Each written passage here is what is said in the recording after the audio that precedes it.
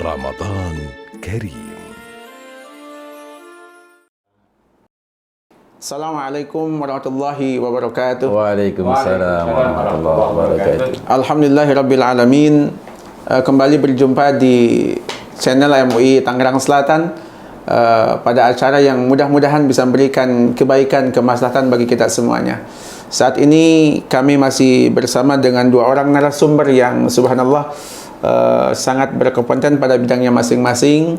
Di samping kanan saya berbaju putih, ini ada Ustadz Al-Mukarram Ahmad Sofyan SPD. Assalamualaikum. Kemudian di sebelah kanan saya, di pojok yang subhanallah, beliau Al-Mukarram Kiai Haji Hasan Mustafi MH. Berkenaan dengan menyambut Ramadan dan kegiatan Ramadan di dalamnya, saat ini kita masih dalam keadaan pandemi dan banyak keterbatasan yang dilakukan oleh masyarakat, termasuk keterbatasan dalam dunia usaha, dunia wisata. Untuk itu kita akan membahas bagaimana sikap pemerintah daerah dalam hal ini, pandangannya oleh Majelis Ulama Indonesia Kota Tangerang Selatan berkenaan dengan peraturan daerah atau mungkin himbauan-himbauan dari pemerintah daerah berkenaan dengan usaha di dunia pariwisata yang berkembang saat ini. Ini Pak Kiai, Assalamualaikum. Waalaikumsalam warahmatullahi wabarakatuh. Ini kita tahu masih pandemi, Kiai. Saat ini masyarakat sudah sangat terbebani dengan kebutuhan kehidupan mereka. Nah, ini ada usulan dari pelaku dunia usaha bahwa pemerintah daerah tidak usahlah menutup kegiatan-kegiatan yang sifatnya mematikan usaha mereka, sehingga menambah beban karyawan dan pengusaha ketika memberikan suatu tunjangan dan apa istilahnya ya, kesejahteraan bagi karyawannya. Bagaimana tanggapan Kiai berdua mengenai hal itu, terutama tentang mungkin kebijakan yang nanti akan diambil oleh pemerintah daerah? Disilakan, siapa duluan ini? Ya. Ya, Pak Dokter silakan. Ya, Assalamualaikum warahmatullahi wabarakatuh. Waalaikumsalam warahmatullahi wabarakatuh. Alhamdulillah, bismillah, walhamdulillah, salatu wassalamu ala rasulillah, la hawla wa la quwata illa billah, amma ba'du. Pemirsa sekalian, kita memahami bahwa pandemi sudah berjalan 1 tahun dan ini tentu menjadi beban tersendiri bagi setiap kita, bahkan bagi para pelaku usaha di dalam menjaga stabilitas ekonomi mereka. Dan itu dirasakan tentu begitu berat, sehingga banyak pelaku usaha yang ketika pandemi itu datang, mereka menutup usahanya dan juga mengikuti apa yang menjadi peraturan pemerintah berkaitan dengan pandemi tersebut.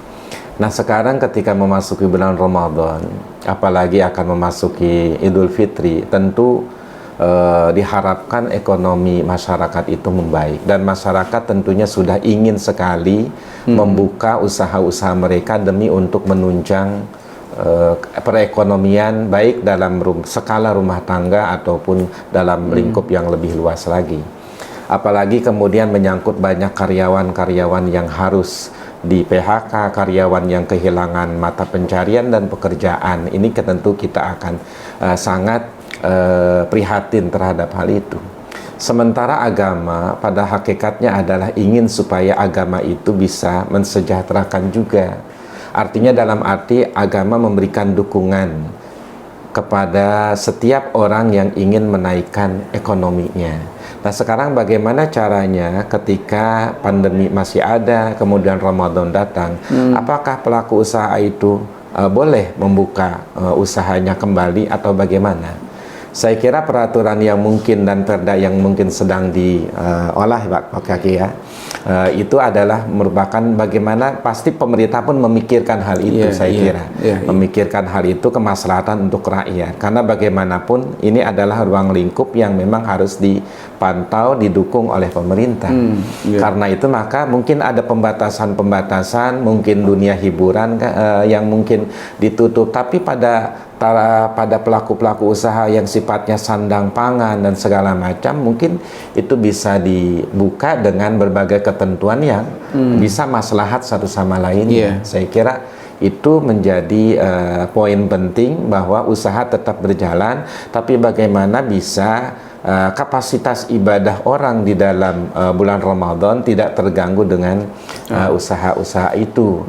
Nah, berkaitan dengan hal-hal yang sifatnya meningkatkan ekonomi, kemudian untuk kemaslahatan masyarakat, saya kira pemerintah juga mungkin punya solusi untuk menerapkannya. Tapi bagaimana hasilnya tentu kita menunggu apa yang sedang dijalankan. Jadi usaha tetap boleh jalan, usaha boleh tetap tapi jalan, tetap ibadah terjaga, ibadah Masya terjaga. Allah. Tapi bagaimana caranya ya kita mungkin harus memikirkan hal itu Mungkin Pak Kiai mungkin ada teknis dari pemerintah atau kita sendiri yang harus bersikap.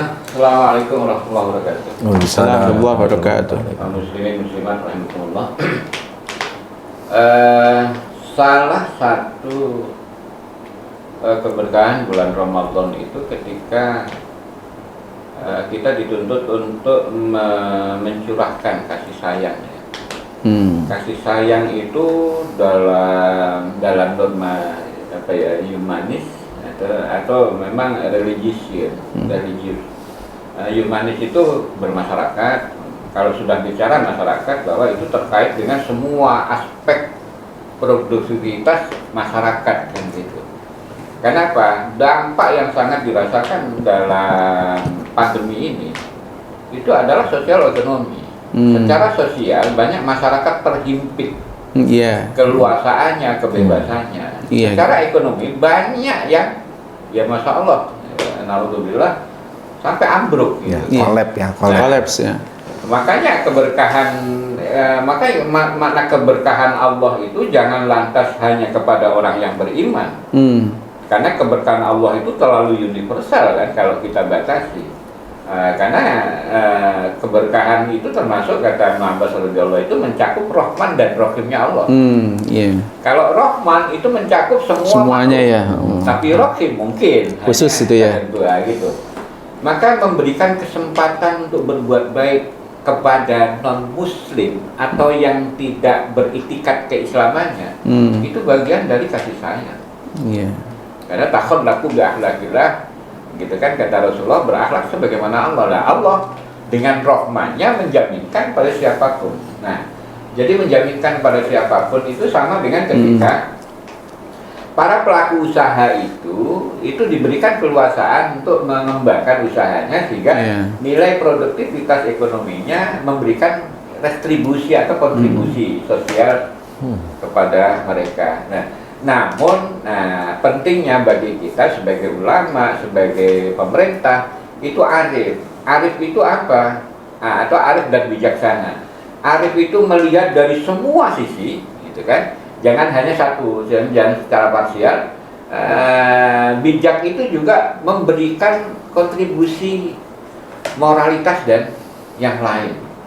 Kalau ada satu ketetapan, kebijakan terus menghimpit moralitas manusia, itu enggak. Karena apapun sekuat apapun yang namanya sanksi atau hukum, itu sebenarnya untuk memberikan kesejahteraan supaya dia sadar dan jerah. Karena orang yang merasa jerah itu orang yang bahagia sebenarnya.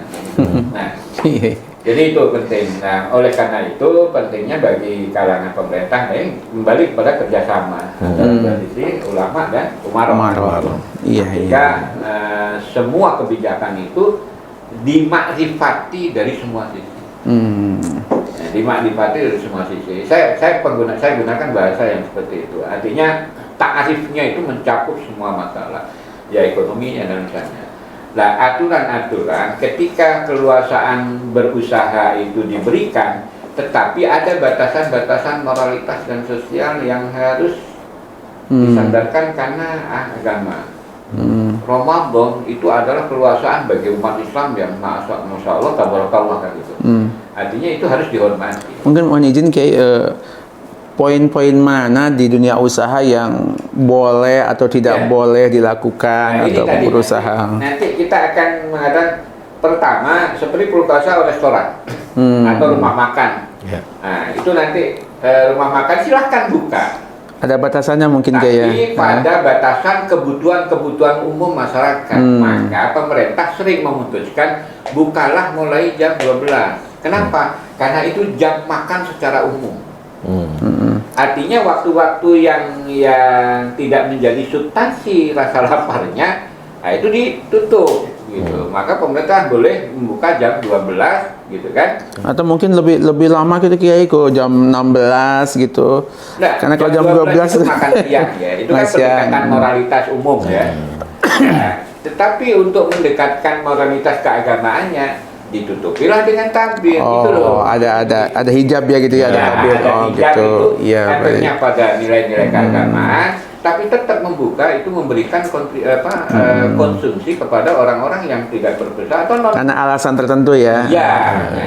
Hanya sampai di mana menutupi itu, maka yang sering kita tahu diantaranya beberapa perda atau kebijakan yang lain itu sampai jam 16. Jam 16 itu sudah boleh membuka tabir itu atau membuka secara terang. Kenapa? Perkiraannya sudah jam 16 itu banyak orang-orang yang mempersiapkan untuk iftar ya, untuk buka. Nah, futurnya. Nah, kemudian itu dari segi restoran. Terus kemudian kalau dibatasi jam, anggaplah jam 15, jam 17, 16. Bagi pelaku usaha yang tradisional, yang dadakan, yang jual kolak, yang kan perlu juga diatur. Ya. Kalau itu dibatasi sampai mulai jam 16 baru siap-siap, enggak ini bisa jadi dia nggak maksimal tuh ya. Nggak maksimal, paling tidak bagi yang mereka itu dibatasi, hanya diatur saja. Diatur aja ya. Diatur, ritmenya bervariasi tergantung pada wilayah-wilayah produktivitas ekonomi. Iya. Jadi ini salah satu dari kebijakan. Dan kemudian ini masalah yang perlu ke usaha makan ya, kuliner. Nah sekarang usaha-usaha hiburan, karaoke, bentuk-bentuk live musik, sebenarnya kan nggak ada hubungannya kan sebenarnya. Nyanyi itu boleh kok, nyanyi itu boleh. Tapi karena ini adalah suasana Ramadan, paling tidak boleh silakan membatasi dalam lingkup terbatas, tidak sebagaimana yang mestinya. Iya, alhamdulillah. Misalnya karaoke boleh buka kan, tapi memang kebijakan 14 yang saya rasa ini karena memang itu mencenderungkan orang datang, tutup total itu ya. Itu ditutup total ya. Nah, kalau restoran silakan kan ada kebutuhan tertentu ya pokoknya. Dan ini perlu juga menjalankan, ada yang karaoke restoran berkaraoke, itu juga perlu iya. Kalau sudah yang hal-hal yang berkaitan dengan label maksiatnya itu sudah jelas, panci pijat ini. Iya. Nah itulah. Itu saya kira paham lah. Iya. Jadi itu saja. Tapi tetap kita memperhatikan bagaimana membangun motivasi masyarakat untuk mengembalikan produktivitas keekonomian di Ramadan ini. Itu akan sangat memberikan kontribusi moralitas kepada masyarakat. Alhamdulillah, iya. Terima kasih Kiai. Saya rasa ini bisa memberikan pencerahan kepada masyarakat dan pemerintah daerah, dalam hal ini khususnya pemerintah Kota Tangerang Selatan, bisa mengambil sebuah kebijakan yang menguntungkan dari sisi pelaku usaha dan tidak meninggalkan norma-norma agama itu sendiri yang jadi panduan dalam kehidupan kita di masyarakat Tangerang Selatan. Demikian bincang-bincang kita pada sore ini. Semoga Allah Subhanahu wa taala memberikan keberkahan hidup buat kita semuanya. Allahumma fiq ila qawmit thoriq. Assalamualaikum warahmatullahi wabarakatuh. Waalaikumsalam warahmatullahi wabarakatuh.